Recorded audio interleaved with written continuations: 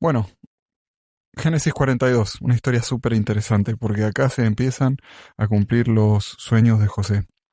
Hay hambre en la tierra y Jacob le dice a los hijos, miren, me enteré, se enteró de alguna manera de que había comida en Egipto y los manda a comprar, ¿no? Los manda con plata a que compren granos en Egipto. Y resulta ser que cuando llegan, el que era el gobernador de la tierra y el que vendía la comida, la administraba, era nada más ni nada menos que el mismísimo José.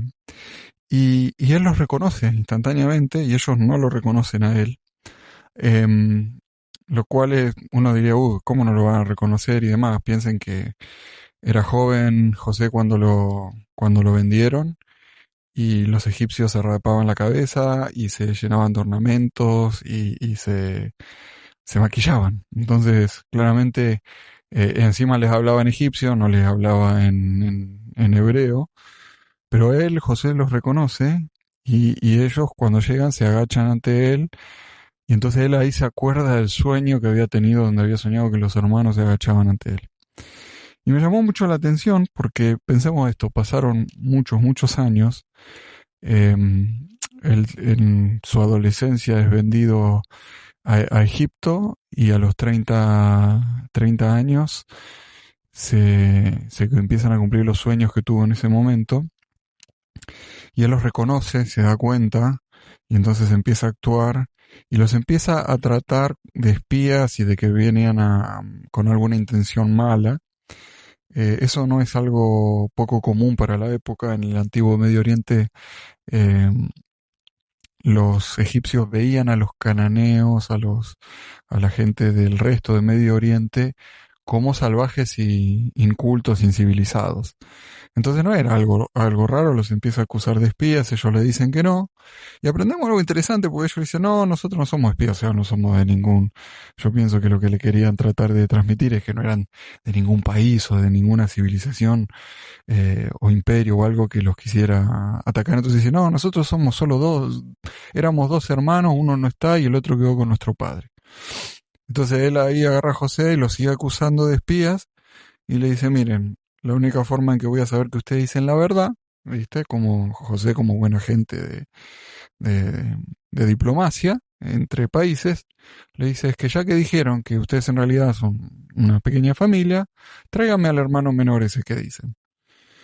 Y yo pienso que a José debe haber dicho, a ver, tuve varios sueños. En uno mis hermanos se inclinan ante mí, pero en el otro mi papá también se inclina ante mí.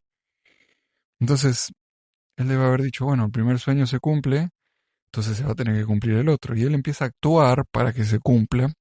Y qué gran lección de que Dios no te da a conocer algo que se va a cumplir de forma pasiva. Tenemos que actuar, interpretarlo y buscarlo. Entonces, bueno, él empieza a, digamos, los pone en la cárcel 3 días y después los saca y les da el grano y les da las piezas de plata con las que habían venido a comprar. Es muy, muy peculiar. Y lo que es interesante es que la conexión que hay simbólica con lo que pasó luego con Cristo. 3 días en la cárcel, que representa la muerte, la resurrección, y que Él los envía con los granos, con la comida, con el alimento, pero además les devuelve la plata. Y recordemos que a Cristo lo traicionaron por 30 piezas de plata. 30 o la edad de José. Es muy loco ver cómo simbólicamente ya Dios estaba empezando a enseñar o mostrando a Cristo en esta historia.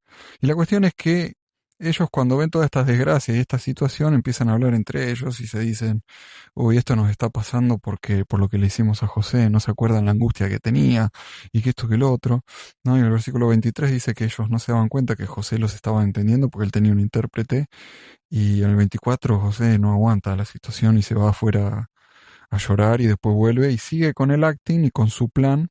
Y la cuestión es que termina eh, forzando a Simeón a quedar, a los otros 9 hermanos a ir a buscar a Benjamín y empiezan entonces a negociar de que hay que negociar con Jacob, que Jacob no quería largarlo a Benjamín.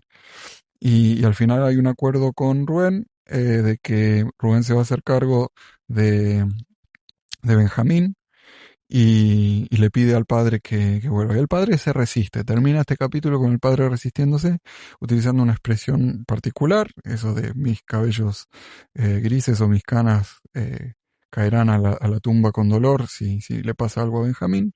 Y así vemos cómo se empezaron a cumplir los sueños de José y cómo Dios obró de tal forma de que, aunque pasaron años y a veces nosotros nos olvidamos de las promesas que Dios nos puede dar, Dios no se olvida y las va a cumplir. Y termino con el tema central de, hay todo un simbolismo aquí de la redención, de la salvación de Cristo, pero también hay una invitación o hay un ejemplo de que nosotros tenemos que actuar para que se cumplan esas promesas que tenemos. Y para eso es fundamental aprender a interpretar las señales que Dios nos da, los sueños que Dios nos da, y al interpretarlos entonces actuar en consecuencia.